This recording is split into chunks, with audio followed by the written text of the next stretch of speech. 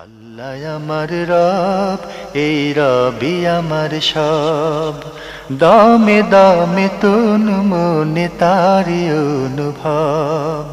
তোমার দুনিয়াতে আমি যেদিকে তাকাই, অথই নিয়ামতে ডুবে আছি সবাই। পাক পাখালির গানে শুনি তসবিহ কলরব, তসবিহ কলরব। আল্লাহ আমার রব, এই রবি আমার সব। আসসালামু আলাইকুম। আলহামদুলিল্লাহ, আসসালাতু ওয়াসসালামু আলা রাসূলিল্লাহ। প্রিয় দর্শক, আপনারা যারা দেশে আছেন প্রবাসে, সবাইকে জানাই মাহে রমজানের শুভেচ্ছা। শুরু হলো পবিত্র রমজান উপলক্ষে এনটিভি আয়োজিত এবং লাভ হলো নিবেদিত লাইভ অনুষ্ঠান আপনার জিজ্ঞাসা। আপনাদের সাথে আছি আমি জয়নুল আবেদিন আজাদ। আর আপনাদের মনে থাকা প্রশ্নের জিজ্ঞাসার সরাসরি জবাব দিচ্ছেন বিশিষ্ট আলেম ডক্টর মোহাম্মদ সাইফুল্লাহ। আসসালামু আলাইকুম ওয়া রাহমাতুল্লাহি ওয়া বারাকাতুহু। প্রিয় দর্শক, আমাদের আজকের প্রাসঙ্গিক আলোচনার বিষয় সিয়াম এবং সবর। চলুন তাহলে জিজ্ঞাসার আলোকিত ভুবনে আমরা প্রশ্ন নিচ্ছি। আসসালামু আলাইকুম, পরিচয় দিয়ে প্রশ্ন করুন। আসসালামু আলাইকুম ওয়া রাহমাতুল্লাহ। ওয়ালাইকুম আসসালাম ওয়া রাহমাতুল্লাহ। আমি চাঁপাইনবাবগঞ্জ থেকে ফারুক আহমেদ বলছি। জি ভাইয়া বলুন। আমার আব্বা মারা গেছে, তো ওনার পক্ষ থেকে আমরা একটা মাদ্রাসায় ইফতারে দিচ্ছি। ইফতার দিচ্ছি, তো সেটা কি ইসলামিক দৃষ্টিকোণ থেকে সঠিক আছে? এবং 2 নম্বর প্রশ্ন হচ্ছে, আমার আম্মা 80 বছর বয়স, তিনি রোজা রাখতে পারছেন না, তো সেক্ষেত্রে এখন তার কাছে কোনো অর্থ নাই ফিদিয়া দেওয়ার মতো।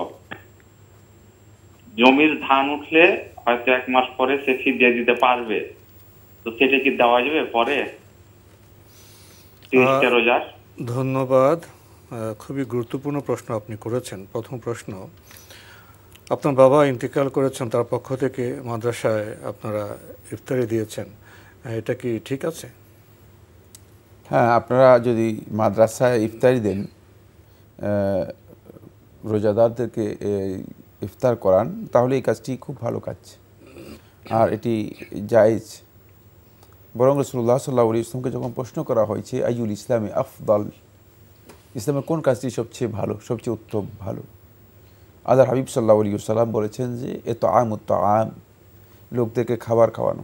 সুতরাং যদি এই কাজটি আপনার মৃত পিতার পক্ষ থেকে করান, এতে আপনাদের কল্যাণ আছে এবং তারও অবশ্যই তিনি এর জন্য সওয়াব পাবেন, যে জায়েজ, কোনো অসুবিধা নেই ইনশাআল্লাহ তাআলা। আরেকটি প্রশ্ন করেছেন, আপনার আম্মা 80 বছর বয়স, অসুস্থ, রোজা রাখতে পারছেন না, তো এখন ওনার কাছে 30টি রোজার ফিদিয়া দেওয়ার মতো সামর্থ্য নেই, কিন্তু কিছুদিন পরে ধান উঠবে, তখন পারবেন, এখন উনি কী করবেন?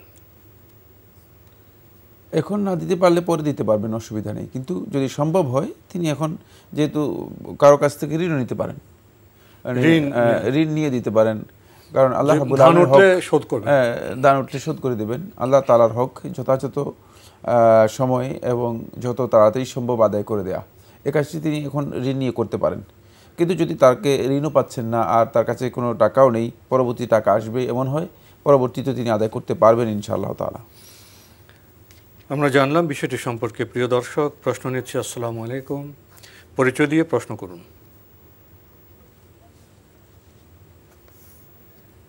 লাইনে আছেন? জি জি, আসসালামু আলাইকুম ওয়া রাহমাতুল্লাহ। ওয়ালাইকুম জি, আসসালাম। আমি হবিগঞ্জ থেকে সায়াম বলছিলাম। জি বলুন। জি, আমার দুটি প্রশ্ন ছিল। একটা হচ্ছে আপনার ওই তেলাওয়াতের যে সিজদা, এটা কি দাঁড়িয়ে দেওয়া যাবে নাকি বসে দিতে হবে আর কি? জি।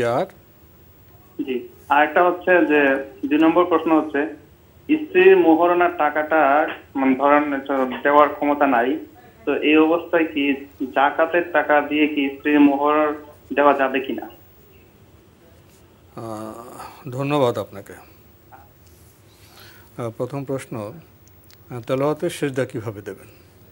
তিলাওয়াতের সিজদা আপনি দাঁড়িয়েও দিতে পারেন, বসে দিতে পারবেন, দুই অবস্থায় জায়েজ। সিজদা দিলেই হলো, তবে সিজদার মানে আকমাল হাইয়া মানে মানে শ্রেষ্ঠ অবস্থা হচ্ছে দাঁড়ানো অবস্থা থেকে সিজদায় যাওয়া, এটা হচ্ছে সবচেয়ে মানে শ্রেষ্ঠ অবস্থান। কিন্তু কেউ যদি বসেও সিজদা দেন সেটাও জায়েজ, দুটি জায়েজ রয়েছে। আরেকটি প্রশ্ন করেছেন, স্ত্রীর মোহরানা পরিশোধের ক্ষমতা নেই এখন, তো জাকাতের টাকা থেকে সেটা পরিশোধ করতে পারবেন কিনা? মানে এই প্রশ্ন কি আসে কিনা এখানে? আসে না। কিভাবে না, মানে জাকাত আসলো কোত্থেকে? আচ্ছা, মোহরানা আসলো কোত্থেকে?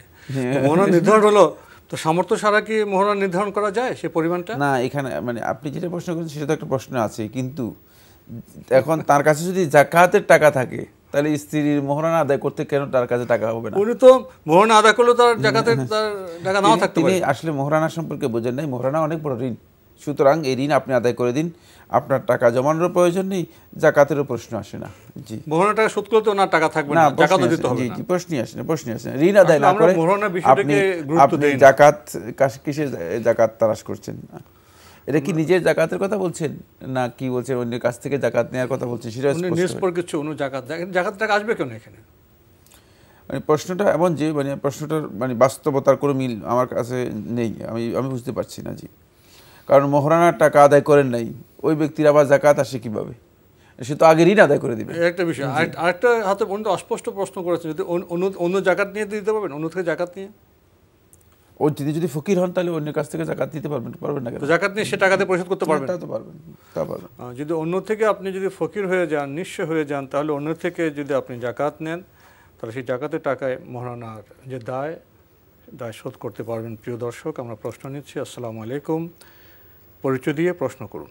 শাহাদাত হোসেন, আসর নামাজের আজান এবং ফজর নামাজের আজানের পরে মসজিদে বসে জামাত শুরু হওয়ার আগে নফল নামাজ না কাজা নামাজ পড়া যাবে কিনা কাইন্ডলি? আমরা আপনাকে স্পষ্ট শুনতে পাইনি, প্রশ্নটা আবার রিপিট করবেন। আসর নামাজের আজান এবং ফজর নামাজের আজানের পরে মসজিদে জামাত শুরু হওয়ার আগে নফল নামাজ না কাজা নামাজ পড়া যাবে কিনা? নফল এবং কাজা আপনারা যাবে কিনা জামাত শুরু হওয়ার আগে? জি, নফল এবং কাজা না? জি জি, প্লিজ। ধন্যবাদ আপনাকে। পেয়েছেন তো প্রশ্ন? প্রশ্ন পেয়েছি। ফজর নামাজের আজানের পরে কোনো ধরনের নফল, কোনো ধরনের কাজা নামাজ নেই, সুতরাং সেখানে আপনি কোনো নামাজ পড়তে পারবেন না। এরপরে আসরের নামাজের আগে আপনি 4 রাকাত নফল নামাজ পড়তে পারবেন, কিন্তু আসরের আগে কোনো কাজা নামাজ পড়ার কোনো বিধান নেই, কারণ এটা কাজা নামাজের সময় নয়। কাজা নামাজ বলতে কি বোঝাচ্ছেন সেটা আপনার কাছে স্পষ্ট আছে কিনা আমার জানা নেই। আমার যতটুকু মনে হচ্ছে যে ওনার কাছে কাজা নামাজ কী জিনিস সেটাই হয়তো ক্লিয়ার নেই। এই বিষয়টি যে কোনো একজন আলেমের কাছ থেকে জেনে নেওয়ার জন্য চেষ্টা করবেন। বাকি আসরের সালাতের আগে কাজা নামাজের কোনো স্কোপ বা জায়গা নেই। আমরা জানলাম বিষয়টি সম্পর্কে। প্রিয় দর্শক, প্রশ্ন নিচ্ছে। আসসালামু আলাইকুম, পরিচয় দিয়ে প্রশ্ন করুন। আসসালামু আলাইকুম। ওয়ালাইকুম আসসালাম। আমি রংপুর থেকে বলছিলাম, রেজওয়ানা। জি, বলুন। আমার প্রথম প্রশ্ন হলো, ঈদুল ফিতর এবং ঈদুল আজহার কয়দিন আমরা রোজা রাখতে পারবো না? রোজা রাখা নিষেধ। জি। আর দ্বিতীয় প্রশ্ন হলো, হুজুর জমজমের পানি খাওয়ার নিয়মটা যদি একটু জানাতেন। জমজমের পানি খাওয়া। জি, ধন্যবাদ আপনাকে। খুবই গুরুত্বপূর্ণ দুটি প্রশ্ন আপনি করেছেন। ঈদুল ফিতর এবং ঈদুল আজহার সেই সময়ে কয়দিন রোজা রাখা নিষেধ? ঈদুল ফিতরে শুধুমাত্র একদিন, আর ঈদুল আজহাতে ঈদের দিন এবং পরবর্তী 3 দিন, তাহলে সর্বমোট কতদিন হলো? ঈদুল আজহা 4 দিন আর ঈদুল ফিতর 1 দিন, মোট 5 দিন। এই 5 দিন সিয়াম পালন করা জায়েজ নেই। জি। আরেকটি প্রশ্ন করেছেন, জমজমের পানি খাওয়ার নিয়ম কি? জমজমের পানি পান করার জন্য আলাদা কোনো নিয়ম নেই। কেউ কেউ বলেছেন যে জমজমের পানি দাঁড়িয়ে পান করা মুস্তাহাব। বাকি এই মর্মে একটি হাদিস উল্লেখ করা হয়ে থাকে, সেই হাদিসটি আসলে এই জন্য আসেনি। রাসূলুল্লাহ সাল্লাল্লাহু আলাইহি ওয়াসাল্লাম জমজমের পানি পান করেছেন দাঁড়িয়ে, যেহেতু সেখানে এমন অবস্থা ছিল যে রাসূলুল্লাহ সাল্লাল্লাহু আলাইহি ওয়াসাল্লাম বসার মতো কোনো জায়গা ছিল না, এই কারণে আল্লাহ রাসূল সাল্লাল্লাহু আলাইহি ওয়াসাল্লাম দাঁড়িয়ে পান করেছেন। আদব হচ্ছে পানি পান করার ক্ষেত্রে বসে পানি পান করা। আল্লাহ রাসূল সাল্লাল্লাহু আলাইহি ওয়াসাল্লাম দাঁড়িয়ে পানি পান করতে নিষেধ করেছেন, সুতরাং জমজমের ক্ষেত্রেও প্রযোজ্য, অন্য পানি পান করার ক্ষেত্রেও সেটা প্রযোজ্য। মানে জমজমের পানি পান করার ক্ষেত্রে যেমন প্রযোজ্য, ঠিক তেমনিভাবে অন্য পানি পান করার ক্ষেত্রেও সেটা প্রযোজ্য। রাসূল সাল্লাল্লাহু আলাইহি ওয়াসাল্লাম উদাহরণটি ছিল সেখানে বসার মতো জায়গা ছিল না, সেটা একটা বিশেষ অবস্থা ছিল। তো সেটা তো সাধারণ অবস্থাতে পড়া হবে না, এটা পানির জন্য নয়, বিশেষ অবস্থার কারণে। প্রিয় দর্শক, প্রশ্ন নিচ্ছি। আসসালামু আলাইকুম, পরিচয় দিয়ে প্রশ্ন করুন। ওয়ালাইকুম আসসালাম। আসসালামু আলাইকুম ওয়া রাহমাতুল্লাহ। ওয়ালাইকুম আসসালাম ওয়া রাহমাতুল্লাহ। জি, আপনারা ভালো আছেন? আলহামদুলিল্লাহ। জি, আমার এক নম্বর প্রশ্ন হচ্ছে, হাজরের সালাত আদায় করে কি আল্লাহ তাআলার কাছে মনের কোন আশা পূরণ করা যাবে বা চাওয়া যাবে? জি। 2 নম্বর প্রশ্ন হচ্ছে, আমরা শার্ট, প্যান্ট, টি শার্ট অথবা হাফ গেঞ্জি এগুলো পরে কি সালাত আদায় করতে পারবো? ধন্যবাদ আপনাকে। আপনার প্রথম প্রশ্ন, ফজরের নামাজ আদায় করার পর কি আল্লাহর কাছে কিছু চাওয়া যাবে? উনি কি ফজর বলেছেন না হাজাতের সালাত বলেছেন? আসলে স্পষ্ট হয়নি। হাজাত, সালাতুল হাজা পরে যদি কেউ আল্লাহ রাব্বুল আলামিনের কাছে দোয়া করেন, তিনি দোয়া করতে পারেন, কিন্তু ফজরের সালাতের পরে দোয়া করতে পারেন। ফরজ সালাতের পরে দোয়া কবুলের সময়, সেটাই তো। সুতরাং এটা চাওয়া যাবে এই মাসআলা তো আসলে প্রশ্নই আসে না। আল্লাহ রাব্বুল আলামিনের কাছে আপনি সব সময় আল্লাহ রাব্বুল আলামিনের কাছে দরখাস্ত করতে পারবেন, দোয়া করতে পারবেন, সব সময় মুক্ত। বিশেষ করে গোটা রমাদান মাস পুরাটাই আল্লাহ সুবহানাহু ওয়া তাআলা আসমানের সমস্ত দরজাকে আল্লাহ রাব্বুল আলামিন খুলে দিয়েছেন। ফুত্তিহাত আবওয়াবুস সামা, আসমানের দরজাগুলো খুলে দিয়েছেন। ওয়া ফুত্তিহাত আবওয়াবুল জান্নাহ, জান্নাতের দরজাগুলো খুলে দিয়েছেন। ওয়া গুল্লিকাত আবওয়াবুন নার, জাহান্নামের দরজাগুলো বন্ধ করে দিয়েছেন। ওয়া সুলসিলাতিশ শায়াতিন, শয়তানদেরকে আল্লাহ রাব্বুল আলামিন শিকলাবদ্ধ করে দিয়েছেন। সুতরাং এর প্রত্যেকটি সময় আল্লাহর কাছে দোয়া করার সময়, এতে সব কিছু চাইতে পারবেন, দোয়া করতে পারবেন। আমাদের ভাই একটি প্রশ্ন করেছেন, শার্ট প্যান্ট পরে, টি শার্ট পরে, গেঞ্জি পরে সালাত আদায় করা যাবে কি? শার্ট প্যান্ট টি শার্ট পরে সালাত আদায় করতে পারবেন, কোনো অসুবিধা নেই। শুধুমাত্র সেই ক্ষেত্রে আপনাকে লজ্জাস্থান ঢাকতে হবে এবং আপনার এই যে কাঁধ আছে, এই কাঁধের অংশটুকু আপনাকে ঢাকতে হবে। তখন স্যান্ডো গেঞ্জি পরে, যে গেঞ্জিতে কাঁধ থাকে না সে গেঞ্জিতে নামাজ পড়া যাবে না। যে গেঞ্জিতে কাঁধ থাকবে সে গেঞ্জিতে, কাঁধ থেকে যদি হাতের এতটুকু পর্যন্ত হয় তাহলে সালাত আদায় করতে কোনো ধরনের বাধা নেই, কাঁধ অবশ্যই ঢাকতে হবে। শুধু কাঁধটা আমাদের ঢাকতে হবে, আমরা জানলাম। প্রিয় দর্শক, প্রশ্ন নিচ্ছি। আসসালামু আলাইকুম, পরিচয় দিয়ে প্রশ্ন করুন। ওয়ালাইকুম আসসালাম। আসসালামু আলাইকুম। আমি বড় মগবাজার থেকে মির্জা আমিনুল ইসলাম বেগ বলছি। জি বলুন। আমার দুটি প্রশ্ন। প্রথম প্রশ্ন, ফসলের যাকাত এটা কিভাবে দিতে হবে? জি। দ্বিতীয় প্রশ্ন, জি, যেহেতু আমি জানি না এই জন্য প্রশ্নটা করছি, মাযহাব কি মানতেই হবে? কি মাযহাব? মাযহাব, জি। মাযহাব না মানলে কি গুনাহ হবে? যেহেতু নবীজির সময় মাযহাব ছিল না, আমি যদি নবীজির তরিকা নিয়ে চলি, আল্লাহ যে বিধানগুলি দিয়েছেন সেগুলি নিয়ে চলি, তাহলে কি আমাকে মাযহাব মানতেই হবে? ধন্যবাদ আপনাকে, জানাবেন যে আপনি গুরুত্বপূর্ণ দুটি প্রশ্ন করেছেন। আপনার প্রথম প্রশ্ন, ফসলের যাকাত, এটা খুবই গুরুত্বপূর্ণ বিষয়। আমাদের সামাজিক বাস্তবতা লক্ষ্য করা যায় ফসলের যাকাত ওসরের ব্যাপারটি যেন আমরা প্রায় ভুলে গেছি। অথচ বাংলাদেশ একটি কৃষিভিত্তিক দেশ। এই দেশে ফসলের যাকাত যে কতটা গুরুত্বপূর্ণ, আপনাকে ধন্যবাদ এই বিষয়ে প্রশ্ন করার জন্য। ফসলের যাকাত, হ্যাঁ, ফসলের যাকাত সেটা হচ্ছে দুভাবে আসে। যেই ফসল আপনি পেয়েছেন, উৎপাদিত হয়েছে প্রাকৃতিক মানে বৃষ্টিতে, মানে সরাসরি আপনি নিজে সেচ করেননি, আপনি কোনো আয়োজন করেননি, কোনো ধরনের খরচ করেননি, এমনিতেই বৃষ্টি হয়েছে, বৃষ্টিতেই উৎপাদিত হয়েছে। এটা হলো বৃষ্টিতে উৎপাদিত যেই শস্য অথবা ফসল, সেগুলোর যাকাত হচ্ছে 10 ভাগের 1 ভাগ। আর দ্বিতীয় হচ্ছে যেই ফসল আপনি উৎপাদন করেছেন সেচের মাধ্যমে অথবা বর্তমান যে খামার পদ্ধতি রয়েছে সেগুলোর ফার্মের মাধ্যমে, বিশেষ খরচের মাধ্যমে, সেখানে যদি আপনার উৎপাদনের বিষয়টি এমন হয় যে আপনার যেটা উৎপাদন খরচ রয়েছে, খরচ আপনার বাদ যাওয়ার পরে দেখা যায় আপনার যে উৎপাদিত যে ফসল আছে সেটা নিসাবের চেয়ে অনেক বেশি হয়, সেক্ষেত্রে আপনাকে 20 ভাগের 1 ভাগ দিতে হবে। তাহলে প্রথমে দিতে হবে 10 ভাগের 1 ভাগ। এখানে যেহেতু আপনার খরচ আছে, এখানে আপনাকে দিতে হবে 20 ভাগের 1 ভাগ, এখানে আপনাকে 20 ভাগের 1 ভাগ দিতে হবে। আর এর জন্য একটা নিসাব আছে। নিসাব হচ্ছে শুধু মানে আপনার মানে 10 কেজি চাউল হলো অথবা 10 কেজি ধান হলো যাকাত দিয়ে দিবেন না, বরং এর জন্য নিসাব দেওয়া আছে। খামসাতু আওসুক 5 ওয়াসাক পরিমাণ। প্রত্যেক ওয়াসাক এর পরিমাণ হচ্ছে টোটাল মিলিয়ে আমরা দেখতে পাবো যে এটি প্রায় 27 থেকে 28 মণ।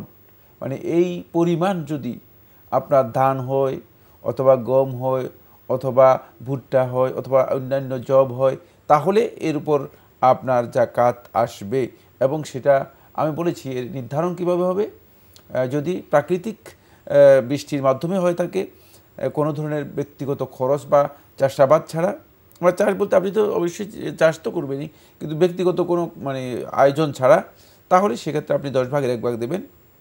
আর যদি ব্যক্তিগত প্রচেষ্টার মাধ্যমে আয়োজন করেছে, সেচের মাধ্যমে হয়ে থাকে, তাহলে আপনাকে 20 ভাগের 1 ভাগ দিতে হবে। এখন তো ফলের চাষ হয়, ফলের কি জাকাত হবে? ফল না, ফলের জাকাত হবে না। ফল বলতে বাগান যে সমস্ত ফল আছে কাঁচা ফল, সেগুলোতে জাকাত হবে না, সেগুলোতে জাকাত হবে না। সেগুলো বিক্রি করার পরে যদি নিসাব পরিমাণ টাকা তার কাছে আসে, তাহলে তিনি সেখান থেকে 2.5% জাকাত দেবেন। এখন যে আম বাগান হচ্ছে, লিচু বাগান, বিক্রি পরে হ্যাঁ, এখান থেকে বিক্রি করার পরে যে টাকাটা আসবে সেখান থেকে 2.5% জাকাত দেবেন। জি, আমরা জানলাম বিষয়গুলি সম্পর্কে। প্রিয় দর্শক আরেকটি প্রশ্ন করেছেন, উনি মাযহাব কি মানতেই হবে, মাযহাব না মানলে কি গুনাহ হবে? না, মাযহাব মানতেই হবে এ কথা সঠিক নয়। কারণ যদি রাসূলুল্লাহ সাল্লাল্লাহু আলাইহি ওয়াসাল্লামের সময় যে জিনিস নেই, সে জিনিস মানতেই হবে এ কথা বলার কোনো অধিকার কারো নেই। সাহাবায়ে কেরাম যেটা জানতেন না, এটি মানতেই হবে এ কথা বলার কোনো অবকাশ নেই। মাযহাবের কোনো ইমাম এ কথা বলেননি, মাযহাবের কোনো ইমাম এ কথা বলেন নাই যে মাযহাব মানতেই হবে, আমরা যে কথা বলে গেছি এটা মানতে হবে, এটা মানার কোনো বিধান মাযহাবের কোনো আলেম কোনো যুগে বলেননি। পরবর্তী যুগের কিছু সংখ্যক লোক তারা আবিষ্কার করেছে, তাদের আবিষ্কৃত এই মাসআলা যে মাযহাব মানতেই হবে, মানা ফরজ। না, ফরজ কীভাবে হবে? ফরজের জন্য যদি শুধুমাত্র হানাফি স্কুল অফ থটে যাই, তাহলে ফরজের জন্য তাদের কোরআন থেকে মানে নস্সে কাতঈ থাকতে হবে, অকাট্য দলিল থাকতে হবে। হাদিস থেকে থাকলেও হানাফি ফিকহের মধ্যে সেটা ফরজ সাব্যস্ত হবে না। এবং নস্সে কাতঈ সুস্পষ্ট নস থাকতে হবে এবং সরিহ স্পষ্ট বক্তব্য থাকতে হবে, অন্যথা তারা সেটাকে কোনোভাবেই ফরজ বলেন না। সুতরাং প্রশ্নই আসে না। এভাবে অন্যান্য স্কুল অফ থটে গেলে দেখবেন যে এগুলো ফরজের মানে কাছেও যাবে না, প্রশ্নই আসে না যে কেউ মাযহাব যদি না মানেন তিনি গুনাহগার হবেন। কিন্তু গুনাহগার কখন হবে? এক জায়গায় গুনাহগার হবে, সেটা হচ্ছে এই, কোনো ব্যক্তি শরীয়তের বিধিবিধানে কিছুই জানে না, ইসলাম সম্পর্কে কিছুই জানে না, জানার চেষ্টাও করে না, এখন সে কোনো আলেমের বক্তব্য গ্রহণ করবে না, তাহলে সে অবশ্যই গুনাহগার হবে, কোনো সন্দেহ নেই। কারণ সে তো ইসলাম সম্পর্কে আসলে কিছুই জানে না। সুতরাং যদি কোনো ব্যক্তি কিছুই না জানে, তাহলে সে অবশ্যই যে কোনো একজন আলেমের কাছ থেকে ফতোয়া নিয়ে সে অনুযায়ী আমল করবে এবং সেটা মানা তার জন্য বাধ্যতামূলক, অন্যথায় সে দিন পালন করতে পারবে না। মাযহাবের ইমামরা তো সেই জানানোর বিষয়টির কাজটাই করে গেছেন তারা। জি, প্রিয় দর্শক, আমরা বিষয়টি সম্পর্কে জানলাম। প্রশ্ন নিচ্ছি। আসসালামু আলাইকুম, পরিচয় দিয়ে প্রশ্ন করুন। লাইনে আছেন?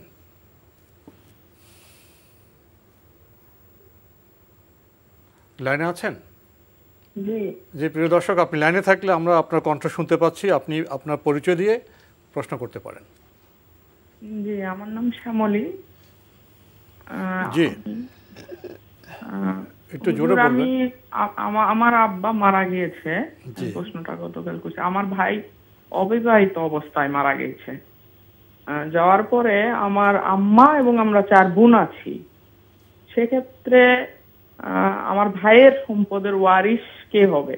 এবং শুধু আমার এক চাচা জীবিত আছে। আপনার ভাই মারা গেছে কি আপনার আব্বার পরে? জি, আমার আব্বা মারা গিয়েছে, তার 25 দিন পরে আমার ভাই মারা গিয়েছে। ভাইয়ের পরিবারে কে আছে? আমার ভাই অবিবাহিত ছিল। ওনার কোনো ওয়ারিশ নেই তাহলে? না, আমরা 4 বোন আর হচ্ছে আমার আম্মা আছে। 4 বোন আছেন, আম্মা, আর কিছু জানবেন? না, আর এক চাচা আছে। তাহলে কি আমার ভাইয়ের সম্পদের ওয়ারিশ কি চাচা হবে? আর কে আছে বললেন? আমার চাচা আছে। বাস, ধন্যবাদ আপনাকে। ওয়ারিশ কি? আপনার ভাইয়ের যে সম্পদ আছে, এই সম্পত্তির আপনারা 4 বোন আছেন, মা আছেন, মা 6 ভাগের 1 ভাগ পেয়ে যাবেন। আর আপনারা সবাই 3 ভাগের 2 ভাগ পেয়ে যাবেন। তাহলে আর বাকি শুধুমাত্র 6/1 সম্পদ থেকে গেল, এটি চাষা পাবেন ও আসাবা হয়, চাষা পাবেন 6/1। আমরা জানলাম বিষয়টি সম্পর্কে। প্রিয় দর্শক, প্রশ্ন নিচ্ছি। আসসালামু আলাইকুম, পরিচয় দিয়ে প্রশ্ন করুন। লাইনে আছেন? জি জি, লাইনে আছি। আপনার পরিচয় দিয়ে প্রশ্ন করুন। আসসালামু আলাইকুম, ভালো আছেন হুজুর? ওয়ালাইকুম আসসালাম, ভালো আছি। আপনি আশা করি ভালো আছেন? জি আলহামদুলিল্লাহ ভালো আছি। কথা বলছি মোহাম্মদ জাফর পালোয়ান, বরগুনা কাকচিরা থেকে। ভাই আপনি তো পাহলোয়ান, ভাই আপনাকে দেখতে ইচ্ছে করছে। জি জি, পালোয়ান সালাম, ভালো আছেন? জি ভালো। আপনার প্রশ্নটি করুন। আমার প্রশ্ন হল হুজুর, আমি যে রোজা রাখলে মানে রোজার যে নেয়াজটা যদি ভুলে যাই তাহলে কি আমার রোজা সহ্য হবে কিনা? আরেকটি প্রশ্ন হলো, আমার সমর্থন নাই কিন্তু আমি মানে হজে যাইতে চাই, হজ করতে চাই, তাই আমি বাড়িতে বসে কিভাবে এই সবের মানে হজের সব পাবো যদি না যাইতে পারি, সমর্থন অনুযায়ী যাইতে পারি না? এই যে আমি জানতে চাই, দুইটা প্রশ্ন আবার। জি ধন্যবাদ আপনাকে। আপনি খুব সুন্দর প্রশ্ন করেছেন। আপনি বলছেন যে আপনি তো রোজা রাখেন কিন্তু নিয়ত করতে ভুলে যান। এখন নিয়তে এসে আপনি ঠেকেছেন। নিয়ত বলতে কি বোঝায়, নিয়ত আসলে কি, এটি ব্যাখ্যা করলে বোধহয় ওনার বুঝে যাবেন। নিয়ত করতে ভুলে যান বলতে আপনি যেটা বুঝাচ্ছেন সম্ভবত, আমি যতটুকু বুঝতে পেরেছি ভাষায় বলা, সেটা হলো আপনি মুখে যে উচ্চারণ করা, নাওয়াইতু আন আসুমা গাদান মিন শাহরি রমাদান, যে এই ধরনের কিছু নিয়ত আছে না যেগুলো আমাদের সমাজে প্রচলিত আছে, সেগুলো বলতে ভুলে যান। কিন্তু সিয়ামের যেহেতু আপনি আগেই কনফার্ম হয়েছেন যে আপনি সিয়াম পালন করবেন আগামীকাল, এবং সাহারির জন্য মানে সাহারি খেয়েছেন, সাহারি কেন খেয়েছেন? রোজা রাখার জন্য, সিয়ামের জন্য। সুতরাং আপনার সিয়াম নিয়ত হয়ে গেছে, অন্তরের ইচ্ছাকেই নিয়ত বলা হয় থাকে। সুতরাং এটা মুখে উচ্চারণ করার কোনো প্রয়োজন নেই, মুখে উচ্চারণ করার কোনো প্রয়োজন নেই। শুধুমাত্র আপনার অন্তরে সিয়াম পালন করার যে ইচ্ছা রয়েছে, ইচ্ছাই যথেষ্ট। সেক্ষেত্রে আপনার সিয়াম হয়ে যাবে ইনশাআল্লাহ তাআলা। উনি আরেকটা আবেগের প্রশ্ন করছেন। উনি স্পষ্ট বলেছেন যে আমার সামর্থ্য নেই, আমি তো হজে যেতে চাই, তাহলে আমি কিভাবে হজে যাব, কি করলে হজে যেতে পারবো? আপনি আল্লাহ রাব্বুল আলামিনের কাছে বেশি বেশি করে দোয়া করবেন যে আল্লাহ আমার সামর্থ্য নেই, আমার সামর্থ্য দিন, অথবা আমার হজের ব্যবস্থা করে দিন। পৃথিবীর বহু মানুষ আছে যাদের কোনো সামর্থ্য নেই কিন্তু প্রতি বছর হজ করে। এ ধরনের লোক আমি আমি এখন এখানে কয়েকজনের নাম বলতে পারবো। এটা আল্লাহ রাব্বুল আলামিনের কাছে চাইতে হয়, ব্যবস্থা হয়ে যায়, আল্লাহ রাব্বুল আলামিন তাহলে ব্যবস্থা করে দিবেন। এটা একটা পদ্ধতি বললাম। আরেকটি পদ্ধতি আপনার জন্য বলবো, সেটি খুবই গুরুত্বপূর্ণ। সেটা হচ্ছে, আপনি যদি ঘরে বসে হজের সওয়াব নিতে চান তাহলে আপনার ব্যবস্থা আছে, সেটা আপনি করতে পারেন। ফজরের সালাতের পরে যেখানে ফজরের সালাত আদায় করেছেন সেখানে বসে জিকির আজগার করতে থাকবেন, জিকির আজগার করতে থাকবেন। সূর্য উদিত হওয়ার পর 14 মিনিট পরে তারপরে 2 রাকাত সালাতুল ইশরাক বা সালাতুদ দুহা আদায় করবেন। আল্লাহ সুবহানাহু ওয়া তাআলা একেবারেই পরিপূর্ণ একটি হজ এবং উমরা করার যে সওয়াব আছে, সেই সওয়াব আল্লাহ রাব্বুল আলামিন আপনাকে দিয়ে দেবেন। সুতরাং আপনি এই কাজটি নিয়মিত করতে পারেন। এটা তো আপনার সামর্থ্যের মধ্যে আছে, ঠিক না? এটা তো আর সামর্থ্যের বাইরে নয়। সুতরাং আপনি ওই আবেগে না গিয়ে আপনি এই বিধানে আসুন, তাহলে এটা আপনার জন্য সহজ হবে এবং আলহামদুলিল্লাহ আপনি হজের সওয়াব পেয়ে যাবেন। প্রিয় দর্শক, আমরা তো হজ করতে চাই, আমরা তো সালাত আদায় করতে চাই, আমরা রোজা রাখতে চাই। এখানে একটি গুরুত্বপূর্ণ বিষয় হলো সময়, ওয়াক্ত, খুবই গুরুত্বপূর্ণ বিষয়। নগদ ইসলামিক MFS অ্যাকাউন্টে আছে 5 ওয়াক্ত নামাজ সূচি, সাহারি, ইফতার সহ যে কোনো ধরনের অ্যালার্ট সার্ভিস। আমরা প্রশ্ন নেব। আসসালামু আলাইকুম, প্রিয় দর্শক, পরিচয় দিয়ে প্রশ্ন করুন। লাইনে আছেন? জি লাইনে আছি। হ্যালো, আসসালামু আলাইকুম। ওয়ালাইকুম আসসালাম। আসসালামু আলাইকুম। ওয়ালাইকুম আসসালাম। আপনাকে শুনতে পাচ্ছি স্পষ্টভাবে। আপনার পরিচয় দিয়ে প্রশ্ন করুন। আমি মোহাম্মদ জাহাঙ্গীর আলম বলছি ঠাকুরগাঁও থেকে। জি ভাইয়া বলুন, প্রশ্ন করুন, প্রশ্ন করুন। আমার প্রশ্ন হইল হুজুর, আমি আমার বাড়ি থেকে মসজিদ হইল আর হাফ কিলো, সেহরি খাওয়ার পরে মানে প্রত্যন্ত গ্রাম অঞ্চলে। জি বলুন। সেহরির পরে মানে মসজিদে যেতে আমার একটু প্রবলেম হয়, সেই সূত্রে আমি এই জোহরের মানে ফজরের নামাজটা আজানের পর পরে বাড়িতে পড়ি আর কি। কি ধরনের প্রবলেম হয়? ফজরের যে নামাজটা আছে সেহরি খাওয়ার পরে। না, আপনার কি ধরনের প্রবলেম? কি আপনি হেঁটে যেতে প্রবলেম, না কি প্রবলেম, নাকি আপনার জীবনের আশঙ্কা আছে, নিরাপত্তার প্রশ্ন আছে, কোনটা সমস্যা, কোন দিক থেকে না, আছে? ওই ধরনের না, মানে একটু দূরে আর কি, মানে হেঁটে যেতে একটু আমার ভয় লাগে। না, আপনার কি কোনো জীবজন্তু ভয় আছে? স্পষ্ট করুন জিনিসটি। আপনার জীবনের কোনো আশঙ্কা আছে? কোনো না না, এমনি না, এমনি প্রাণনাশের ভয় নাই, এমনিতে আমার ভয় লাগে আর কি, রাতের বেলায় হাঁটতে ভয় লাগে, সেই সূত্রে আমি। জি জি, ধন্যবাদ আপনাকে। আর কোনো প্রশ্ন আছে? নামাজটা এই আপনার এটা তো প্রশ্ন হয়ে গেছে। জি, প্রশ্নটা হয়ে গেছে। আর কোনো প্রশ্ন আছে আপনার? বাড়িতে পড়ি। না না, ধন্যবাদ আপনাকে, ধন্যবাদ আপনাকে। পেয়েছেন তো প্রশ্ন? প্রশ্ন পেয়েছি। আপনার যদি ভয় লাগে তাহলে আপনি ঘরে সালাত আদায় করতে পারবেন ইনশাআল্লাহ তাআলা, যেহেতু ভয় এটা একটা ওজর। ভয়ের কারণে মানুষ স্বাভাবিকভাবে, যদিও এখন মনে হয় যে সে ক্ষতিগ্রস্ত নয়, কিন্তু এক পর্যায়ে ভয় পেতে পেতে সে ক্ষতিগ্রস্ত হতে পারে। এই জন্য ভয়কে ইসলাম ওজর হিসেবে গ্রহণ করেছে। আমরা জানলাম বিষয়টি সম্পর্কে। প্রিয় দর্শক, আমাদের আজকের প্রাসঙ্গিক আলোচনার বিষয় সিয়াম এবং সবর। এ বিষয়ে কিছু বলবেন? ধন্যবাদ। অত্যন্ত গুরুত্বপূর্ণ একটি বিষয়, সিয়াম এবং সবর। আমরা প্রথমে বলবো যে সিয়াম, আমরা এই অর্থ জানি, সিয়ামের অর্থ হচ্ছে আল ইমসাক, কোনো কিছুকে বর্জন করা, মানে কোনো কিছু থেকে নিজেকে বিরত থাকা অথবা বিরত রাখা।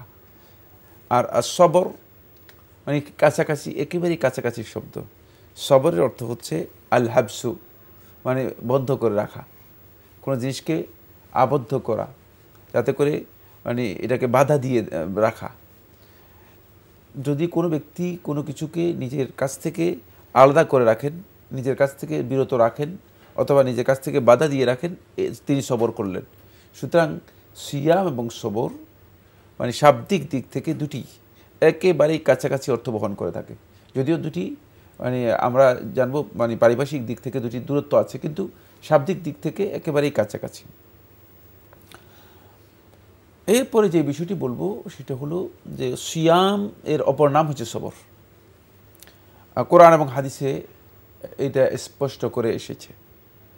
আল্লাহ সুবহানাহু ওয়া তাআলা কোরআনে কারীমের মধ্যে ইরশাদ করেছেন, ইন্নামা ইউওয়াফাস সাবিরুনা আজরাহুম বিগাইরি হিসাব, যে আল্লাহ রাব্বুল আলামিন ইউওয়াফাস সাবিরুনা আজরাহুম, সাবিরুনদেরকে, ধৈর্যশীলদেরকে, সবরকারীদেরকে আল্লাহ সুবহানাহু ওয়া তাআলা তাদের প্রতিদান দেবেন বিগাইরি হিসাব, কোনো হিসাব ছাড়াই। এই আয়াতের তাফসীরে জুমহুর আহলুত তাফসীর এই কথা বলেছেন যে আস-সাবিরুন বলতে এখানে আস-সাইমুন, সিয়াম পালনকারীদেরকে বুঝিয়েছে, সিয়াম পালনকারীদেরকে বুঝিয়েছে। যেমনিভাবে আল্লাহ সুবহানাহু ওয়া তাআলা কোরআনে কারীমে আরেকটি আয়াতের মধ্যে বলেছেন ওয়াস্তাঈনু বিস-সাবরি ওয়াস-সালাহ, যে তোমরা সাহায্য কামনা করো আল্লাহর কাছে বিস-সাবরি, সবর, ওয়াস-সালাহ, সালাতের মাধ্যমে। এই আয়াতের তাফসীরের মধ্যে আব্দুল্লাহ ইবনে আব্বাস এবং আব্দুল্লাহ ইবনে মাসউদ রাদিয়াল্লাহু আনহু থেকে বর্ণিত হয়েছে আস-সবর বলতে এই আয়াতের মধ্যে বোঝানো হয়েছে আস-সাওম, সিয়ামকে বোঝানো হয়েছে। তাহলে বোঝা গেল যে কোরআনে আল্লাহ সুবহানাহু ওয়া তাআলা মানে সবর দিয়ে সিয়ামকে আল্লাহ রাব্বুল আলামিন বুঝিয়েছেন। রাসূলুল্লাহ সাল্লাল্লাহু আলাইহি ওয়াসাল্লামের একাধিক সহিহ হাদিস রয়েছে এই বিষয়ে। রাসূলুল্লাহ সাল্লাল্লাহু আলাইহি ওয়াসাল্লাম একটি হাদিসের মধ্যে বলেছেন শাহরুস সবর ওয়া সিয়ামু সালাসাতি আইয়াম মিন কুল্লি শাহর, যে সবরের মাসের সিয়াম পালন করা এবং প্রত্যেক মাসের 3 দিন সিয়াম পালন করা সাওমুদ্দাহার, সারা জীবন সিয়াম পালন করার ফজিলত সমান। সুতরাং এখান থেকে বোঝা যায় শাহরুস সবর বলতে রাসূলুল্লাহ সাল্লাল্লাহু আলাইহি ওয়াসাল্লাম রমাদান মাসকে বুঝিয়েছেন, সিয়ামের মাসকে বুঝিয়েছেন।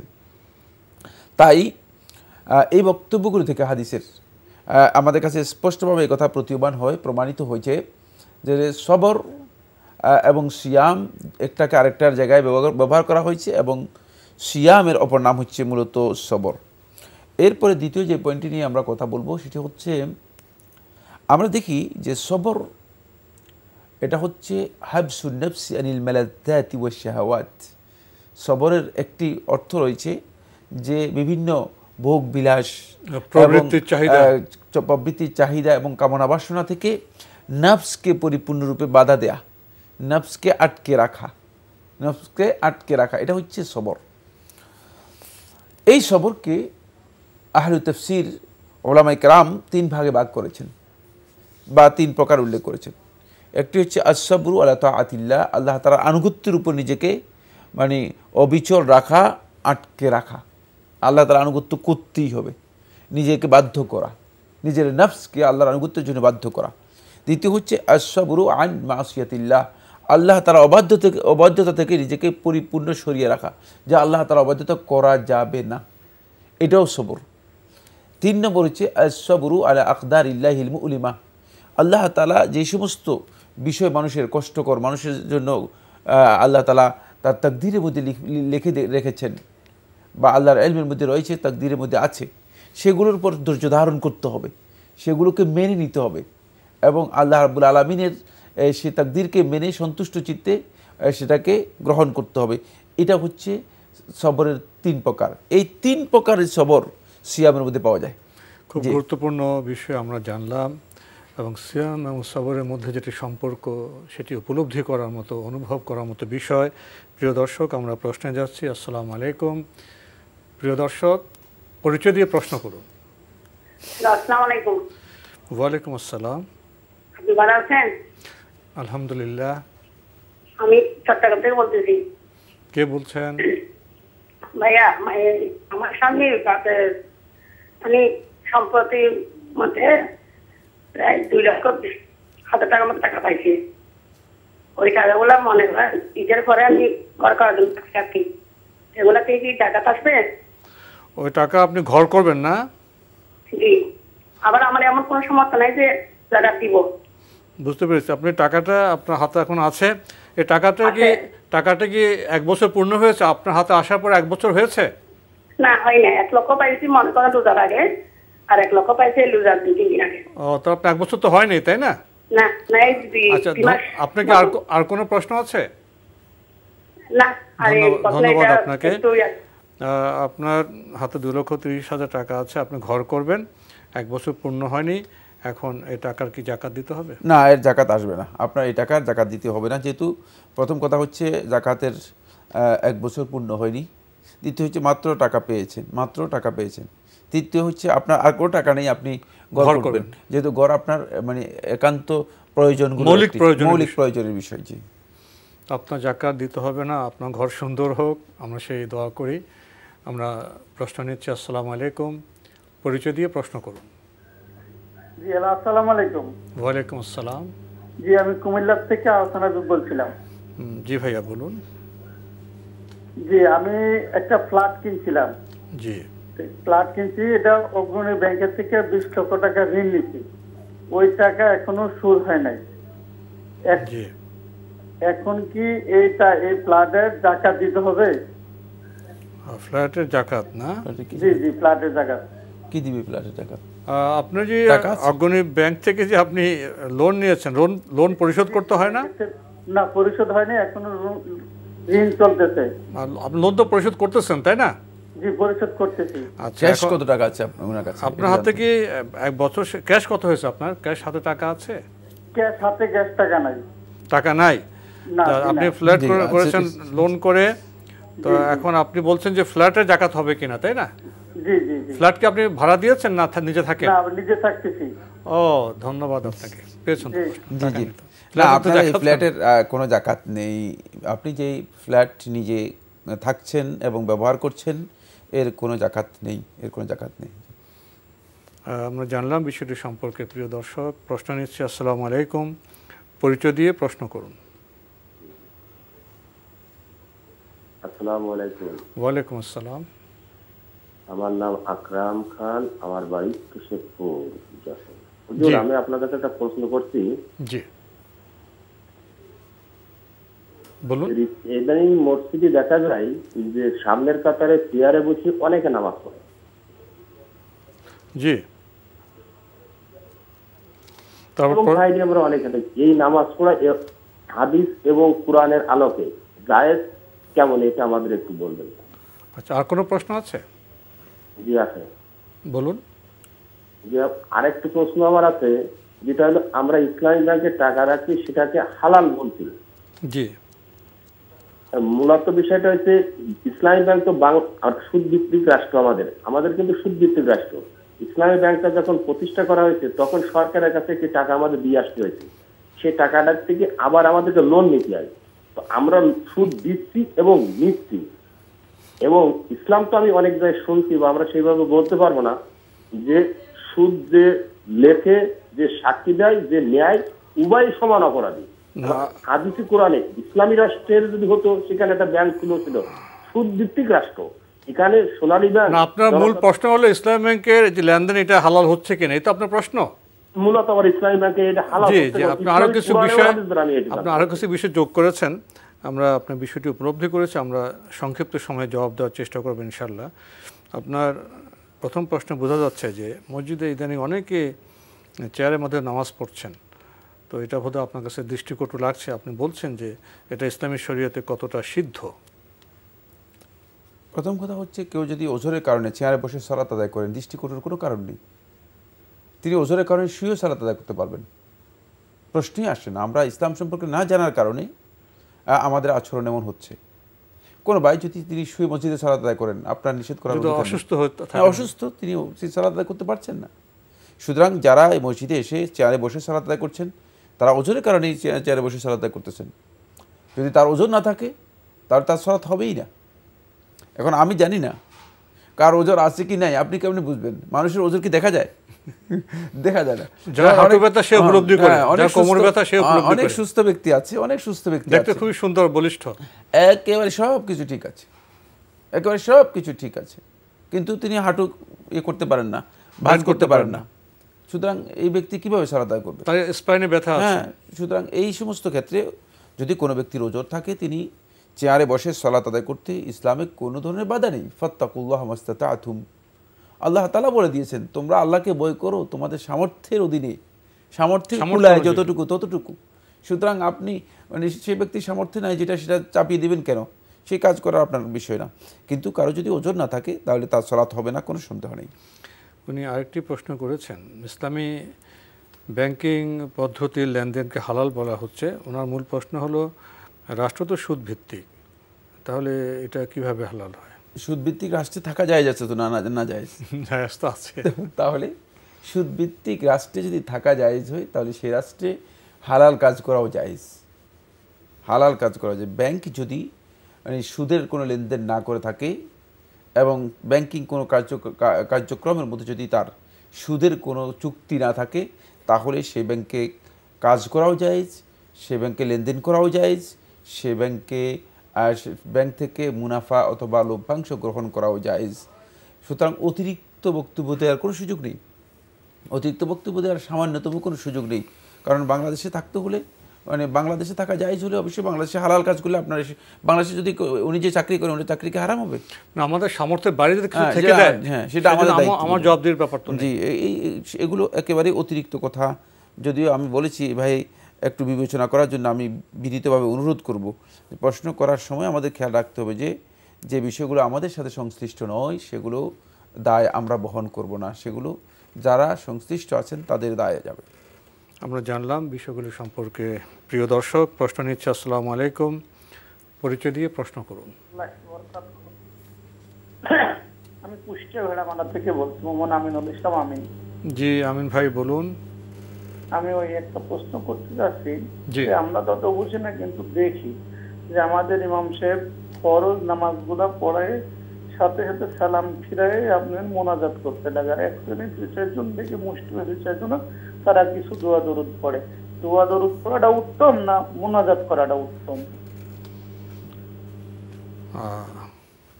আর কোনো প্রশ্ন আছে? ধন্যবাদ আপনাকে। উনি বলছেন আমাদের ইমাম সাহেব ফরজ নামাজ শেষে সালাম ফেরান, তারপর মোনাজাত করেন। ওনার প্রশ্ন হলো, সালাম ফেরানোর পরে দোয়া দরুদ পড়া উত্তম না মোনাজাত করা উত্তম? সালাম ফিরানোর পরে দোয়া দরুদ নয়, সেখানে কিছু আজকার আছে, যে আজকারগুলো পড়া সুন্নাহ। আর এই আজকারগুলো না পড়ে যদি মোনাজাত করেন অথবা অন্য যে কোনো কিছু করেন, সবটাই বেদাত হবে, সবটাই সুন্নাহ পরিপন্থী কাজ হবে। উত্তম হওয়ার প্রশ্নই আসে না, উত্তমের জিজ্ঞাসাই আসবে না। আসবে যে এগুলো রাসূল সাল্লাল্লাহু আলাইহি ওয়াসাল্লামের সুন্নাহ পরিপন্থী কাজ এবং বেদাত কিনা, এটা প্রশ্ন আসবে। কারণ এখানে রাসূলুল্লাহ সাল্লাল্লাহু আলাইহি ওয়াসাল্লাম সুনির্দিষ্ট কিছু আজকার আমাদেরকে শিক্ষা দিয়েছেন, সেই আজকারগুলি আমাদেরকে করতে হবে। আমরা জানলাম বিষয়টি সম্পর্কে। প্রিয় দর্শক, প্রশ্ন নিচ্ছে। আসসালামু আলাইকুম, পরিচয় দিয়ে প্রশ্ন করুন। লাইনে আছেন? জি ভাই, জি। আপনার পরিচয় দিয়ে প্রশ্ন করুন। আমার পরিচয় হলো আলামিন জামালপুর। জি বলুন। আমার প্রশ্নটা হলো এই আপনার বিভিন্ন অনুষ্ঠানের মাধ্যমে আমরা জানি, যেমন আপনার একটা অনুষ্ঠান করতেছেন খুব সুন্দর এবং দোয়া করে এটার দীর্ঘ সময় হোক, কিন্তু আরেক চ্যানেলে গিয়ে এই কথাগুলি উল্টা শুনতে পাই। যেমন এক চ্যানেলে বলতেছে যে মেয়ে মানুষের নামাজ আর পুরুষের নামাজ আলাদা, এটা কি সঠিক? আবার আরেক চ্যানেলে বলতেছে না, নারী পুরুষের নামাজ দোয়াটাই একরকম। এখন কোনটা সঠিক? আর আরেকটা প্রশ্ন হলো সেটা, যেমন আমরা সাধারণ মুসলমান ভাই, বহু কষ্টে লাইনটা পাইছি, একটু মেহরবানি করে শুনেন। আমরা সাধারণ মুসলমান, এখন এক দলে বলতেছে নামাজ এইভাবে পড়ো, আরেক দলে বলতেছে এইভাবে পড়ো। আমরা তো আছি বিভ্রান্তির মধ্যে। আপনারা তো খরচ করে এত আয়োজন করেন, যদি একটু মেহরবানি করে দুইটা দলের একত্র করে মুখোমুখি করে একটা বিতর্কের আয়োজন করতেন, তাহলে দুধ পানিকা পানি একটা কিছু হয়ে যেত। কোনটা সঠিক আমরা জানতাম, ভাই, এই কষ্টটাই। আপনার প্রশ্ন খুবই সুন্দর হয়েছে, আপনার যে চেতনা সেটাকে আমরা সম্মান করি। এখন আপনার প্রশ্নে আমরা যাই। আপনি বলছেন যে আমরা একটা অনুষ্ঠান করছি, আপনি বলছেন খুব ভালো লাগছে আমাদের কথাবার্তা, আবার দেখেন আরেক টেলিভিশনে অন্য কথা বলছে। আপনি কয়েকটি উদাহরণ দিয়েছেন, সুন্দর উদাহরণ দিয়েছেন, যে এক টেবিলে বলা হয় যে মেয়ে পুরুষের নামাজের পদ্ধতি একরকম, আর এক চ্যানেলে বলা হচ্ছে যে না আলাদা আলাদা। একটি প্রশ্ন আপনার, আসলে কোনটি সঠিক? আর শেষে যে আপনি একটি নিবেদন পেশ করেছেন এভাবে, আমরা তো সাধারণ মুসলমান, আমরা তো অত বুঝি না, তাহলে কি যারা এই দুটা মত বা মত পার্থক্য, মত বৈচিত্র্য পোষণ করছেন, তাদেরকে একত্র করে কি একটি মাসালায় যাওয়া যায় না? তাহলে কি আমাদের জন্য সুবিধা হয় না? এই যে আপনার আমাদের জন্য সুবিধা হয় না, সব এক হয়ে যাবে, এই সমস্যা কিন্তু অতীতেও ছিল, এখনও আছে, ভবিষ্যতেও থাকবে। যেখানে গবেষণার সুযোগ আছে সেখানে আপনি কি করে এক করবেন? এটা আপনার কাছে প্রশ্ন, এখন আপনার কাছে যাচ্ছে। ধন্যবাদ। প্রথম কথা হচ্ছে ভাই, যে বলেছেন যে বিভিন্ন চ্যানেলে বিভিন্ন কথা বলছে, বিভিন্ন চ্যানেলে বিভিন্ন কথা বলতেই পারে।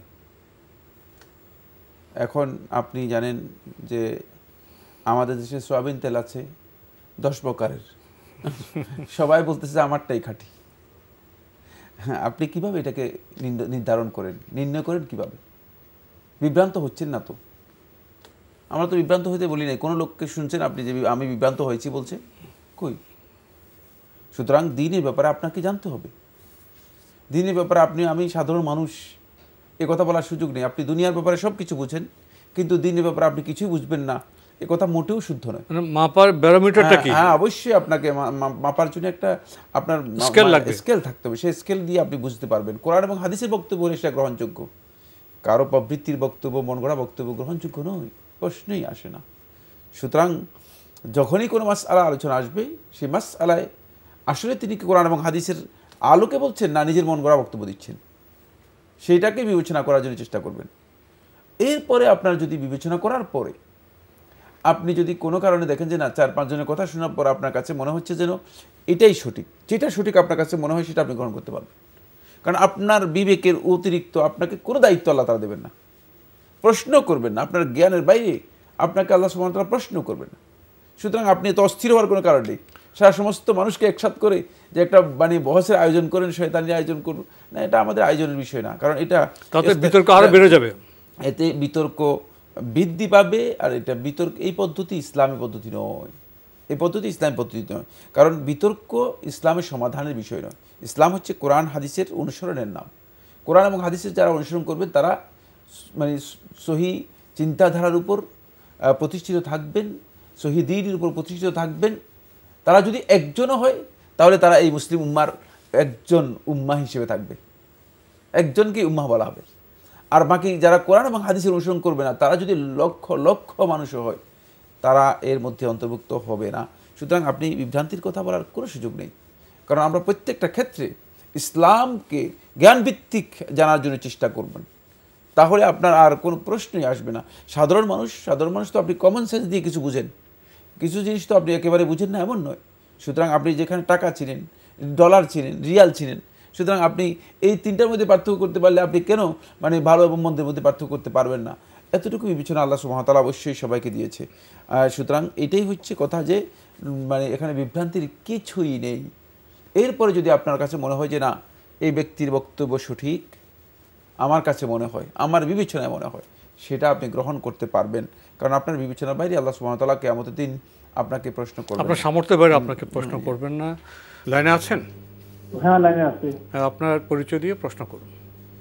আসসালামু আলাইকুম। ওয়ালাইকুম আসসালাম। আমি রাজশাহী থেকে বলছিলাম। জি, কে বলছেন? রাজশাহী থেকে ফারুক বলছিলাম। ভাই ফারুক, আপনার প্রশ্নটি করুন।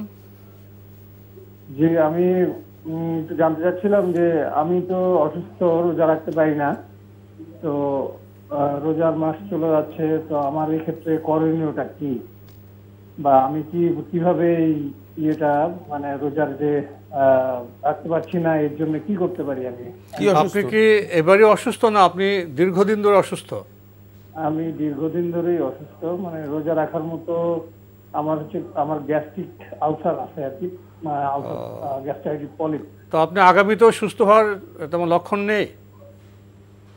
সুস্থ আগামীতে আল্লাহ যদি করে তাহলে ইনশাআল্লাহ হবো।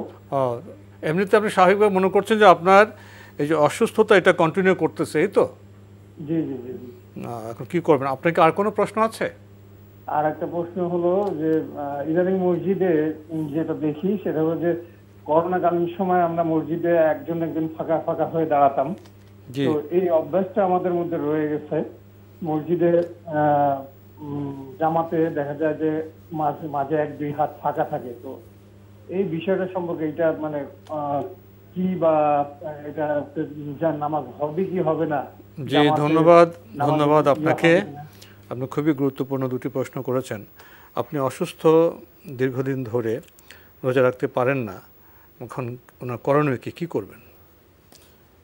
আপনি আপনার যে অসুস্থতার কথা উল্লেখ করেছেন, সে অসুস্থতা যদি আপনার কন্টিনিউ করে, সেক্ষেত্রে আপনি প্রত্যেকটি সিয়ামের এগেনিস্টে বিপরীতে একজন মিসকিনকে একবেলা খাবারের আয়োজন করতে পারেন, একজন মিসকিনকে একবার খাবার খেয়ে দিতে পারেন, একবেলা খাওয়ারই যথেষ্ট হবে। সেক্ষেত্রে আপনি 30 দিনের জন্য 30 জন মিসকিনকে খাওয়াতে পারেন। আর পরবর্তীতে যদি আপনার সুস্থতা আসে, আপনি নফল সিয়াম পালন করলেন, অসুবিধা নেই, নফল সিয়াম পালন করতে পারবেন। কিন্তু এখন আপনার জন্য উত্তম হচ্ছে আপনি প্রত্যেক সিয়ামের বিপরীতে একজন মিসকিনকে একবেলা খাবারের ব্যবস্থা করে দেয়া। এটাকে একজনকে খাওয়াতে হবে না বিভিন্ন জনকে খাওয়ালেও হবে? না, মানে মিসকিন খাওয়ালেই হলো। একজন হতে পারে, 10 জন হতে পারে, 30 জন হতে পারে। একজন মিসকিন মানে একটা সিয়ামের এগেনিস্টে মানে 30টা মিল দিতে হবে। 30টা মিল দিতে হবে। জি, আশা করি উপলব্ধি করেছেন। আপনার আরেকটি প্রশ্ন, মসজিদে গিয়ে আপনি লক্ষ্য করেন করোনাকালে তো একটি বিধান জারি করা হয়েছিল যে ফাঁকা ফাঁকা রাখতে হবে, তো এখনও মসজিদে সে ফাঁকা অবস্থা রয়ে গেছে, এতে নামাজে কি কোনো অসুবিধে বা ক্ষতি হবে?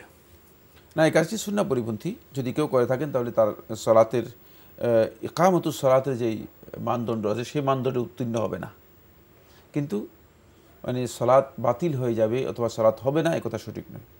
সলাত হয়ে যাবে, সলাতের মানে পরিপূর্ণতা ইকামতুস সলাত হয়নি। একটা হচ্ছে সলাত এমনি হয়ে গেছে, ইকামতুস সলাত যেটাকে বলা থাকে, সলাত কায়েম করা, পরিপূর্ণ রূপে সলাত কায়েম করা, সেই কাজটি হয়নি, জি। আমরা জানলাম বিষয়টি সম্পর্কে। প্রিয় দর্শক, দুঃখিত, প্রশ্ন নিচ্ছি। আসসালামু আলাইকুম, পরিচয় দিয়ে প্রশ্ন করুন। লাইনে আছেন? জি, লাইনে আছি। আপনার পরিচয় দিয়ে প্রশ্ন করুন। জি, আসসালামু আলাইকুম। ওয়ালাইকুম আসসালাম। জি, আছি। আসসালামু আলাইকুম। ওয়ালাইকুম আসসালাম। আপনার স্পষ্ট কণ্ঠ শুনতে পাচ্ছি, আপনার পরিচয় দিয়ে। আমি ডক্টর সাদেক, আমি বসুন্ধরা থেকে বলছি, ঢাকা। আজকে শুক্রবারে নামাজ পড়তে গিয়ে আমাদের ইমাম সাহেব বললেন যে রোজা রাখা অবস্থায় ওয়াইফকে চুমু খাওয়া যাবে, ওপেন ইয়েতে বললেন, এটা কি ঠিক? আর কোনো প্রশ্ন আছে? না, এটা তো আমি শুনে আশ্চর্য হয়ে গেলাম। জি জি জি, আপনার প্রশ্নে আমরা যাচ্ছি। আপনি জুমায় ইমাম সাহেব বলেছেন রোজা রাখা অবস্থায় স্ত্রীকে চুমু খাওয়া যাবে, এটা ঠিক কিনা? উনি অবাক হয়েছেন। না, এটা ইমাম সাহেব যদি বলে থাকেন ঠিকই বলেছেন। সেক্ষেত্রে ইমাম সাহেব একটি কথা বলা দরকার ছিল, সেটা বলেননি। সেটা হলো ওই ব্যক্তির জন্য জায়েজ যিনি তার প্রবৃত্তি টেন্ডেন্সিকে দমন করতে পারবেন, যিনি সংযত করতে পারবেন। হ্যাঁ, সেটা কিন্তু ইমাম সাহেব বলেন নেই। ইমাম সাহেব এই জায়গাতে একটু মিস্টেক করেছেন। আর এটা অবাক হওয়ার বিষয় নয়, কারণ স্ত্রীকে চুমু দেওয়া এটি জায়েজ বিষয়, হারাম বিষয় নয়, কিন্তু পবিত্র বিষয় এটা। এখানে অনেকগুলো বিষয় আছে, ব্যঞ্জন আছে, এগুলি উপলব্ধি করার মতো বিষয়। প্রিয় দর্শক, আমরা প্রশ্নে যাচ্ছি। আসসালামু আলাইকুম, পরিচয় দিয়ে প্রশ্ন করুন। লাইনে আছেন? জি, আসসালামু আলাইকুম। ওয়ালাইকুম আসসালাম, আপনার পরিচয় দিয়ে প্রশ্ন করুন। জি, আমি ফিনিক্স থেকে বলছিলাম। জি বলুন। জি, আমি ব্যবসা বাণিজ্য করতে গিয়ে অনেক টাকা দেনা হয়ে গেছে, কিন্তু আমি দীর্ঘদিন যাবৎ একটা মানে হজ করার জন্য ইচ্ছা পোষণ করতেছি, কিন্তু আমার যে পরিমাণ দেনা আছে ওই পরিমাণ আমার সম্পদ নেই। এখন আমি হজটা কিভাবে করতে পারি, যদি আপনি আমাকে একটু পরামর্শ দিতেন। ধন্যবাদ। আর কোনো প্রশ্ন আছে? জি না, একটাই প্রশ্ন। ভাই, আপনি হজে যাবেন, হজের বিধান জানতে হবে না? কখনো আপনার উপর হজ ওয়াজিব হবে? আপনি বলছেন যে আপনি দেনা আছেন, হজে যে আপনার সামর্থ্য নেই, আপনি আপনার আবেগের কথা প্রকাশ করেছেন, আবেগ সুন্দর, আমরাও দোয়া করব যে আপনি যেন হজ করতে পারেন, কিন্তু উনি এখন কি করবেন? উনি কিভাবে হজ করবেন এর জন্য কি আমরা এখানে কনসালটেন্সি দিব? আমরা তো এটা, আপনি হজ, আপনার যদি সামর্থ্য না থাকে আপনি হজ করবেন না, এটাই হলো বিধান। প্রশ্নই আসে না, আপনার হজ করার তো প্রয়োজন নেই। আপনার যদি দেনা থাকে তাহলে আপনি দেনা পরিশোধ করুন, প্রথমে আগে ঋণ পরিশোধ করুন, তারপরে হজের জন্য আপনার যদি আল্লাহ তাআলা আপনাকে তৌফিক দেন আপনি চেষ্টা করবেন। জি, আমরা জানলাম বিষয়টি সম্পর্কে। প্রিয় দর্শক, প্রশ্ন নিচ্ছি। আসসালামু আলাইকুম, পরিচয় দিয়ে প্রশ্ন করুন। যে আমি ময়মনসিংহ থেকে, আমি মোহাম্মদ মুজিবুর রহমান। জি বলুন। আমি ব্যবসা করি। জি। আমার ব্যবসার টাকা হইলো ব্যাংকের লোনের টাকা। ওই টাকার ব্যবসা কি আসলে আমার কি শরিয়া ভিত্তিক হইতেছে না কি শরিয়ার বাইরে হইতেছে? আপনি তো বোধহয় সুদ ভিত্তিক ব্যাংক থেকে ঋণ নিয়েছেন, তাই না? জি জি। এখন ব্যবসা ঠিক আছে কিনা? আর কোনো প্রশ্ন আছে? না, আমার এই বিষয়টাই পছন্দ পেয়েছে। জি, আপনার এই ব্যবসা শরিয়া ভিত্তিক হচ্ছে না, যেহেতু আপনি যে ব্যবসা করতেছেন লোন এবং সুদের সাথে সম্পৃক্ত, সুতরাং আপনি যথাসম্ভব চেষ্টা করুন সুদ থেকে নিজেকে মুক্ত করার জন্য, নিজেকে চেষ্টা করুন। আমরা জানলাম বিষয়টি সম্পর্কে। প্রিয় দর্শক, প্রশ্ন নিচ্ছি। আসসালামু আলাইকুম, পরিচয় দিয়ে প্রশ্ন করুন। হ্যালো। যে আমরা আপনাকে শুনতে পাচ্ছি, আপনার পরিচয় দিয়ে প্রশ্ন করুন। লাইনে আছেন? আসসালামু আলাইকুম, আমার নাম রেজাউল। আমি ওয়ালাইকুম আসসালাম, ঢাকা সিদ্ধেশ্বরী থেকে কথা বলছি। জি। আমার দুইটা বিষয় একটু জানার আছে। জি বলুন। বলুন। আচ্ছা, আমার প্রথম প্রশ্ন হলো, জাকাতের টাকা যদি কোনো আমার ফ্যামিলিতে ভাই যদি বেকার থাকে, সে পাওয়ার অধিকার রাখে কিনা? মানে সে বেকার, তার সংসার আছে বাট তার এখন কোনো ইনকাম নেই, আপনার ভাই হক আছে কিনা? ভাই, আপন ভাই। জি জি। আর সেকেন্ড প্রশ্ন হচ্ছে যে আমার মা বলতে কি অভাবী কি আছে? জি, আপন ভাই। না, আপনার ভাই কি এখন অভাবী? ওনার কোনো ইনকাম নেই? না, কোনো ইনকাম নেই, বেকার। আচ্ছা, বেকার, কোনো ইনকাম নেই। আচ্ছা, দ্বিতীয় প্রশ্ন। বাচ্চা আছে। জি জি। দ্বিতীয় প্রশ্ন। জি হ্যাঁ, সে অভাবী। হ্যাঁ। আপনি কি আর কোনো প্রশ্ন? জি, আর সেকেন্ড প্রশ্ন হচ্ছে যে আমার মা জীবিত অবস্থায় আসলে হজ করার তার খুব ইচ্ছা ছিল, সে হজে যেতে পারেনি শারীরিক বার্ধক্যের কারণেই। জি। তো আসলে এখন আমার খুব আফসোস হয় যে মার এই হজটা, তার আশাটা আমি পূরণ করতে পারিনি। আসলে এটা যে বদলি হজ নামে একটা কথা আছে, এটা কোনো সুযোগ আছে কিনা ইসলামের দৃষ্টিতে, যে মার এই হজটা অন্য কেউ করে দিবে কিংবা এরকম? ধন্যবাদ আপনাকে। আপনি খুবই গুরুত্বপূর্ণ দুটি প্রশ্ন করেছেন। ওনার ভাই বেকার, কোনো উপার্জন নেই, দুটি সন্তান আছে, এখন এই অভাবী ভাইকে উনি জাকাতে অর্থ দিতে পারবেন কিনা? হ্যাঁ, আপনার ভাইকে আপনি জাকাতে অর্থ দিতে পারবেন। জাকাতের অর্থ তাকে দিতে কোনো ধরনের বাধা নেই ইনশাআল্লাহ। আরেকটি প্রশ্ন করেছেন, মা জীবিত থাকা অবস্থায় হজের ইচ্ছে পোষণ করেছিলেন কিন্তু হজ করতে পারেননি, এখন ওনার সন্তান হিসেবে আফসোস হচ্ছে। এখন বদলি হজের মাধ্যমে কি মায়ের সে আকাঙ্ক্ষা পূরণের কোনো সুযোগ আছে? হ্যাঁ, আপনি আপনার মায়ের পক্ষ থেকে বদলি হজ করাতে পারেন, তাহলে আপনিও হজের সওয়াব পাবেন, আপনার মাও হজের সওয়াব পেয়ে যাবেন ইনশাআল্লাহ। এক্ষেত্রে আপনার জন্য জায়েজ আছে, আপনি বদলি হজ করাতে পারেন। তবে বদলি হজ করতে হবে এমন ব্যক্তি যে ব্যক্তি আগে হজ করেছে। আমরা জানলাম বিষয়টি সম্পর্কে। প্রিয় দর্শক, প্রশ্ন নিচ্ছি। আসসালামু আলাইকুম, পরিচয় দিয়ে প্রশ্ন করুন। আসসালামু আলাইকুম ওয়া রাহমাতুল্লাহ। ওয়ালাইকুম আসসালাম ওয়া রাহমাতুল্লাহ। আমার দুইটা প্রশ্ন ছিল যে এই যে আজকাল আমরা যে আমাদের ছোট ছোট হাফেজরা কোরআনে হাফেজ হয়েছেন, ওনারা কত বছর বয়স হইলে পরে তারাবি জামাত পড়াইতে পারবে? দ্বিতীয় প্রশ্ন হলো হাফেজ সাহেবদের যে আমরা কোরআনে খতম শুনি, ওনাদের জন্য বকশিশ উঠানো জায়েজ আছে কিনা? জি, ধন্যবাদ আপনাকে, গুরুত্বপূর্ণ প্রশ্ন করেছেন। ছোট ছোট হাফেজরা জামাতে ইমামতি করছেন তারাবিতে, তাদের বয়সের ব্যাপারে কি কোনো নির্দিষ্ট সীমা আছে? না, বয়সের সীমারেখা নেই। তারা যদি সলাৎ বুঝতে পারে তাহলেই তারা সলাতে ইমামতিও করতে পারবে। ইমামতির বিধিবিধান যেগুলো আছে এগুলো জানে এবং সলাৎ বুঝে, তাহলে তারা ইমামতি করতে কোনো ধরনের বাধা নেই। এক্ষেত্রে 6-7 বছর হলেও তারা ইমামতি করতে পারবে যদি তারা সলাৎ বুঝে এবং সলাতের আহকামগুলো জানে। দ্বিতীয় প্রশ্ন করেছেন, যারা খতমে ইমামতি করেন তাদের জন্য মসজিদ কর্তৃপক্ষ বকশিসের আয়োজন করেন, প্রদান করেন, এটা কি জায়েজ? না, উনি বলছেন যে বকশিস উঠানো জায়েজ কিনা। বকশিস উঠাবেন কেন? বকশিস আপনার নিজের কাছ থেকে দিয়ে দেন, তাহলে তো আর হয়ে গেল। বকশিস উঠাতে যাবেন কেন আপনি? আপনারা মানে হাফেজ কোরআন, আপনাদেরকে কোরআন শোনালো পুরা মাস, তাকে সম্মান করে আপনারা তার বাসায় গিয়ে বকশিস দিয়ে আসবেন, বকশিস উঠাতে যাবেন কেন? সুতরাং তাকে সম্মান করা এটি জায়েজ কিনা এই প্রশ্ন নয়, বরং উত্তম হচ্ছে তাকে সম্মান করা, উত্তম পদ্ধতিতে দেওয়া। এবং সেক্ষেত্রে বিষয়টি যে কমিটি তাদের উপলব্ধি করতে হবে এবং সম্মানজনকভাবে সম্মানিত হাফেজকে বকশিস প্রদান করতে হবে, সম্মানী, এটাই তো মানে করতে হবে। আমি ওয়াজিব বলতেছি না, কিন্তু মানে তাকে সম্মান করাটা একটা মানে নিজেদের দায়িত্ব মনে করা উচিত। যেহেতু সে কোরআন শুনিয়েছে পুরা মাস একজন কোরআন শুনিয়েছে আমাদেরকে, তাকে সম্মান করতে পারলাম না, এটা কিভাবে হতে পারে? হাফেজদের তো খাওয়া দাওয়া করতে হয় নাকি, তাদের তো সংসার চালাতে হয়, তাদের তো খরচ আছে, সেটা সম্মানজনকভাবে আমরা করলে বোধহয় ভালো হয়। এখানে উপলব্ধির বিষয় আছে। প্রিয় দর্শক, আমরা প্রশ্নে যাচ্ছি। আসসালামু আলাইকুম, পরিচয় দিয়ে প্রশ্ন করুন।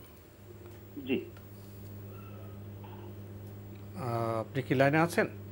জি আছি। যে আমরা আপনাকে শুনতে পাচ্ছি, আপনার পরিচয় দিয়ে প্রশ্ন করুন। জি জি, আসসালামু আলাইকুম। ওয়ালাইকুম আসসালাম। আমি রাজশাহী উপশহর থেকে বলছি। জি বলুন। আমি গভর্নমেন্ট সার্ভিস করি। আমি গভর্নমেন্ট সার্ভিস করি। আমি কি প্রভিডেন্ট ফান্ডের টাকা কি সুদ হিসাবে গ্রহণ করতে পারি? এটা কি সুদ হিসাবে হবে? আর কোনো প্রশ্ন আছে? ভাই, আপনি কি লাইনে আছেন? জি জি, আমি কথা প্রশ্ন আমরা পিএফ যেটা প্রভিডেন্ট ফান্ড, এটা তো একটা বিধিবদ্ধ একটি বিষয় আছে যে আপনারা বেতন থেকে একটা অংশ দেন, সরকার দেন, এটা মূল টাকা। আর ওই টাকাটা ইনভেস্ট করা হয়। এখন ইনভেস্টটা কোন পদ্ধতিতে করা হয়েছে সেটার সাথে জড়িত হলো লভ্যাংশ নিতে পারবেন কিনা। তো আপনার তো এটাই প্রশ্ন, তাই না? জি জি জি, এটা আর কোনো প্রশ্ন আছে? করা হয় আর কোনো প্রশ্ন আছে? 20 না, আর এই একটি প্রশ্ন, 25% কাটা হয় সরকারি। জি জি, ওইটা তো একটা বিষয় আছে। ধন্যবাদ আপনাকে। পেয়েছেন তো প্রশ্ন? প্রশ্ন পেয়েছি। এই ভাই, আপনার মূলধন তো অবশ্যই আপনি পাবেন, কোনো সন্দেহ নেই। মূলধন আপনার মালিকানায় থেকে যাবে এবং মূলধন আপনি নিতে পারবেন। বাকি অতিরিক্ত টাকা যদি আপনাকে সুদের ভিত্তিতে দেওয়া হয়ে থাকে তাহলে সেটা আপনার জন্য জায়েজ হবে না, হারাম হবে ওই অংশটুকু। কিন্তু সেটার ভিত্তি জানতে হবে আপনাকে। এটা কি সুদে যাচ্ছে না, এটা হালাল পদ্ধতিতে ব্যবসা হচ্ছে? হ্যাঁ, কোন পদ্ধতিতে এই টাকা দিচ্ছে, মানে ব্যবসা হোক বা যে পদ্ধতি, পলিসিটা সেখানে মানে আমি জানি ততটুকু যে সুদের ইন্টারেস্ট বেসিস মানে করা হয়েছে, সব কিছু ক্যালকুলেট করা হয়েছে, আমার যতটুকু জানা রয়েছে। সুতরাং এক্ষেত্রে এটা সুদ হবে, কোনো সন্দেহ নেই। তাহলে উনি মূল টাকা গ্রহণ করতে পারবেন আর সুদের অংশটুকু গ্রহণ করতে পারবেন না, এটাই আমরা জানলাম। প্রিয় দর্শক, প্রশ্ন নিচ্ছি। আসসালামু আলাইকুম, পরিচয় দিয়ে প্রশ্ন করুন। স্যার আসসালামু আলাইকুম। স্যার ওয়ালাইকুম আসসালাম। স্যার আমি রাজশাহী থেকে ফোন দিচ্ছি। স্যার জি বলুন। স্যার, এই পবিত্র মাহে রমজান আমাদের জন্য খুবই গুরুত্বপূর্ণ। যদি রমজান মাসে নিজের গুনাহগুলো যদি খুব না করতে পারি, এর থেকে আফসোসের কিছু থাকবে না। জি স্যার, ডক্টর সাইফুল্লাহ স্যার আছে স্যার, তার আন্ডারে আমি একটা কোর্স করতেছিলাম। প্রশ্নটি করুন। তো স্যার, এই রমজান মাসে মানে কোনো বিশেষ কোনো আমলের কথা স্যার একটু বলবেন স্যার, যেটা বারে বারে করতে পারি, যেটা করলে আমার গুনাহ মাফ হবে। জি, ধন্যবাদ আপনাকে। আপনি রমজান সম্পর্কে আবেগের কথা প্রকাশ করেছেন। হ্যাঁ, রমজানে তো আমরা কিছুটা আবেগপ্রবণ হতেই পারি, তবে আমল করতে হবে সুনির্দিষ্টভাবে। আপনি বলছেন যে গুনাহ মাফের জন্য রমজানে বিশেষ কি আমল করতে পারি? রমাদান মাসের বিশেষ আমল দুটি, একটি হচ্ছে লাইলাতুল কদর আর একটি হচ্ছে ইতিকাফ। চেষ্টা করুন এই দুটি আমলের যে কোনো একটি অবশ্যই করতে পারেন। লাইলাতুল কদর আর ইতিকাফ একটা আরেকটার সাথে মানে অঙ্গাঙ্গিভাবে জড়িত। ইতিকাফ করলে কদর পাওয়া যায়, ইতিকাফ করলে আপনি লাইলাতুল কদর পেয়ে যাবেন ইনশাআল্লাহ। ইনশাআল্লাহ। সুতরাং আপনি চেষ্টা করুন যে এর দুইটার মধ্যে যে কোনো একটাকে ধরতে পারলেই আপনার জন্য অনেক কল্যাণ হবে, এবং অবশ্যই আল্লাহ রাব্বুল আলামিনের কাছে আপনি যেটা চাচ্ছেন সেটা ইনশাআল্লাহ পাবেন। আমরা জানলাম বিষয়টি সম্পর্কে। প্রিয় দর্শক, প্রশ্ন নিচ্ছে। আসসালামু আলাইকুম, পরিচয় দিয়ে প্রশ্ন করুন। আমরা জানলাম বিষয়টি সম্পর্কে। প্রিয় দর্শক, লাইনে আছেন? জি, আসসালামু আলাইকুম। ওয়ালাইকুম আসসালাম। জি জি হুজুর, আমার একটা প্রশ্ন ছিল। জি, যে আমার ওয়াইফ আপনার প্রেগনেন্ট, 4 মাসের প্রেগনেন্ট, রমজান চলতেছে। আমি কি উনি কি রমজানের রোজা রাখতে পারতেছেন আর কি, তো এটা কি কোনো গুনাহ হবে কিনা? আরেকটা প্রশ্ন, আপনার প্রথম প্রশ্নটা আমরা যান্ত্রিক কারণে পেয়ে গেছি। আপনার স্ত্রী 4 মাসে প্রেগনেন্ট না? জি জি জি। এখন কি রোজা রাখতে পারছেন না? না না। আচ্ছা, ধন্যবাদ আপনাকে। আপনার আরেকটি প্রশ্ন বলুন। আরেকটা প্রশ্ন, এই যদি কোনো রোগী, আমরা যদি ব্লাড দিতে চাই, কোনো রক্ত দিতে চাই, তো উনি যদি অন্য ধর্মের হয়ে থাকে, তো এটাতে কোনো সমস্যা হবে কিনা? যে আমি মুসলমান, অন্য ধর্মের আরেকজনের কাছ থেকে রক্ত নিতেছি, সমস্যা হবে কিনা? ধন্যবাদ আপনাকে। আপনি খুবই গুরুত্বপূর্ণ দুটি প্রশ্ন করেছেন। আপনার স্ত্রী 4 মাসের গর্ভ ধারণ করেছেন, রোজা রাখতে পারছেন না, এতে কি কোনো গুনাহ হবে? তিনি যেহেতু অসুস্থ, তিনি যদি সিয়াম পালন না করেন এতে গুনাহগার হবেন না, তবে পরবর্তীতে এই সিয়াম তাকে আদায় করে দিতে হবে। পরবর্তীতে তিনি অবশ্যই এই সিয়াম পালন করতে হবে, কাজা করতে হবে। জি, একটি গুরুত্বপূর্ণ প্রশ্ন করেছেন। আমরা তো অসুস্থ হই, বিভিন্ন সময় আমাদের রক্তের প্রয়োজন হয়, তো উনি বলছেন যে অন্য ধর্ম থেকে রক্ত নেওয়া যাবে কিনা, বা অন্য ধর্মের লোককে রক্ত দেওয়া যাবে কিনা।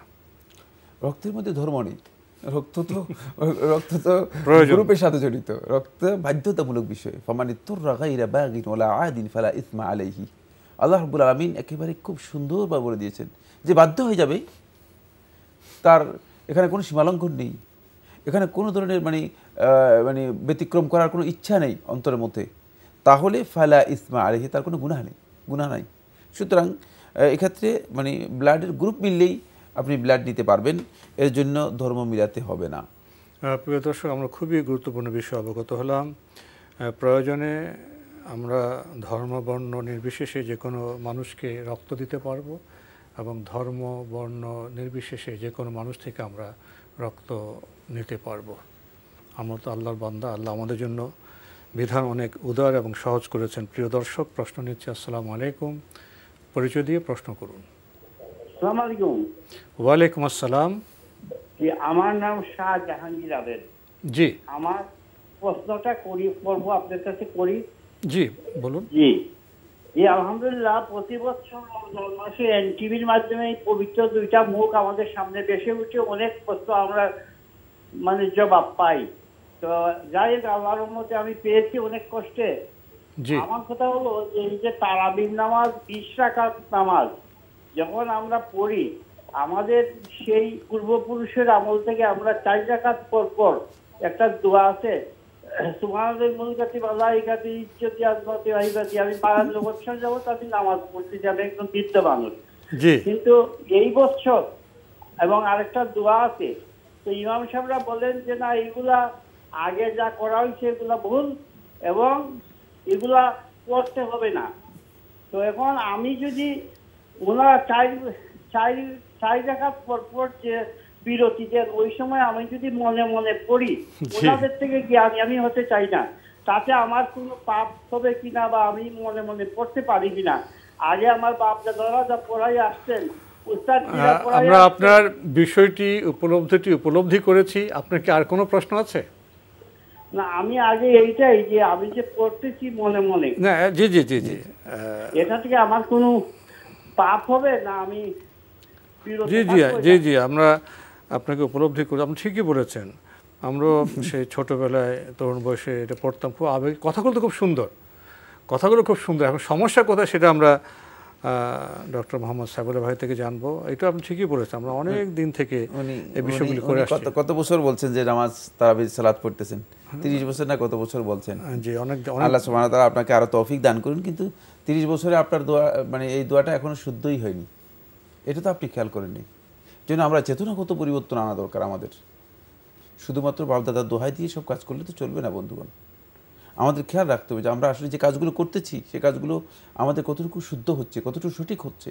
এটা তো আল্লাহ রাব্বুল আলামিনের জন্য করতেছি ইবাদত, এটা তো আমার প্রবৃত্তির জন্য নয়, আমার ব্যক্তিগত প্রয়োজনের জন্য নয়, আল্লাহর নির্দেশ পালনের জন্য। সুতরাং আল্লাহর নির্দেশ পালনের ক্ষেত্রে আল্লাহ রাসূল সাল্লাল্লাহু আলাইহি ওয়াসাল্লামের সুন্নাহ তরিকা অনুযায়ী হতে হবে। আপনাকে যদি আমি পায়জামা দিয়ে বলি যে এটা গায়ে দেন, এটা কি গায়ে দিতে পারবেন? প্রশ্নই না, গায়ে দিতে পারবেন না, কারণ পায়জামা তো নিচে পড়ে, উপরে পরা যাবে না। সুতরাং রাসূলুল্লাহ সাল্লাল্লাহু আলাইহি ওয়াসাল্লামের সুন্নাহ যে ডিজাইন দেওয়া আছে ইবাদতের ক্ষেত্রে, সেই ডিজাইন অনুসরণ করে আপনাকে ইবাদত করতে হবে। আপনি আরেকজনের ডিজাইন নিয়ে এসে রাসূল সাল্লাল্লাহু আলাইহি ওয়াসাল্লামের ইবাদতের মধ্যে যে ইবাদত রাসূল সাল্লাল্লাহু আলাইহি ওয়াসাল্লাম করতে বলেছেন সেই ইবাদতের মধ্যে ঢুকিয়ে দিবেন, এটা চলবে না। এই জন্য আলেমগণ যদি বলে থাকেন যে এটা ভুল, তাহলে আলেমদের অনুসরণ করবেন, আবার নিজে এর মধ্যে অতিরিক্ত আবিষ্কার করার কোনো প্রয়োজন নেই। আর দোয়া করবেন বাপদাদার আমল থেকে যেগুলো করেছেন সেগুলো আল্লাহ যেন ক্ষমা করে দেন। কারণ আল্লাহ সুবহানাহু ওয়া তাআলা মানুষ না জেনে যা করে, যেই কোনো কাজ করে, জানা না থাকলে যদি ভুলে কোনো ব্যক্তি কোনো কাজ করেন, না জেনে করেন, সেগুলোর জন্য আল্লাহ রাব্বুল আলামিন বান্দাদেরকে ক্ষমা করে দিবেন। এগুলোর জন্য বান্দাদের উপর থেকে গুনাহকে আল্লাহ তাআলা উঠিয়ে নেবেন, কোনো সন্দেহ নেই। কিন্তু জেনে, যখন জানছেন যে ভুল, তখন জেনে এটা করার আর কোনো প্রয়োজন নেই। এই যে কথাগুলো তো সুন্দর, এটা এখন তো নির্দিষ্ট করে পড়তে হবে জায়গাত পর, এটা না করে যদি মাঝে মাঝে পড়েন না, এখন পড়তে পারবেন না, কারণ এটা বেদাতের একটা সিম্বল হয়ে গেছে। জি, আপনি বাইরে পড়তে পারেন কিন্তু এখানে আর পড়তে পারেন। কথা বলতে ভালো, আপনি এটা বেদাতের সিম্বল হয়ে গেছে, সময় এটা এই দোয়াটা আপনি পড়তে পারেন, এটা বেদাতের সিম্বল হয়ে গেছে। তখন কিন্তু এটা নির্দিষ্ট করে যেভাবে পড়া হচ্ছে, নির্দিষ্ট করার কোনো দলিল নেই, এখানেই সমস্যাটা হয়ে গেছে। কথা বলতে সুন্দর ছিল, আপনি অন্য কোনো সময় এটা পড়তে পারেন। এক্ষেত্রে নির্দিষ্ট না করে আমরা জানলাম বিষয়টি সম্পর্কে। প্রিয় দর্শক, সময়ের কারণে আমরা আজকে আর প্রশ্ন নিতে পারছি না, আমাদের এখানে শেষ করতে হচ্ছে। ডক্টর মোহাম্মদ সাইফুল্লাহ, এই গভীর রাতে আপনি আমাদের সময় দিয়েছেন, আপনাকে অনেক ধন্যবাদ। আপনাকেও অনেক অনেক ধন্যবাদ। প্রিয় দর্শক, আমরা দেখছিলাম এনটিভি আয়োজিত এবং লাভ হলো নিবেদিত অনুষ্ঠান আপনার জিজ্ঞাসা। আমাদের অনুষ্ঠান আপনারা এনটিভি অনলাইনেও দেখতে পারবেন, ভিজিট করুন www.ntvbt.com। এছাড়া ইউটিউবে এবং আমাদের ভেরিফাইড ফেসবুক পেজে অনুষ্ঠান দেখতে পারবেন। ইবাদত দুটি মৌলিক বিষয়ে আমাদের লক্ষ্য রাখতে হবে, আল্লাহ করতে বলেছেন কিনা এবং সে করার পদ্ধতি রাসূল সাল্লাল্লাহু আলাইহি ওয়াসাল্লাম আমাদের দেখেছেন কিনা। এই দুটি বিষয়ের সমন্বয়ে আমাদের ইবাদত শুদ্ধ হবে, সুন্দর হবে। তো আবেগের চাইতে বোধহয় তথ্য বা দলিল এক্ষেত্রে খুবই গুরুত্বপূর্ণ, এবং সঠিক তথ্য বা দলিলের সাথে যদি আবেগ যুক্ত হয় তা সুন্দর হয়। দেখা হবে ইনশাআল্লাহ আগামী কাল একই সময়ে। প্রিয় দর্শক, মহান আল্লাহ আমাদের সবাইকে নিরাপদে রাখুন শান্তিতে। আসসালামু আলাইকুম। আল্লাহ আমার রব, এই রবি আমার সব, দামে দামে তন মনে তারি অনুভব। তোমার দুনিয়াতে আমি যেদিকে তাকাই, অথই নিয়ামতে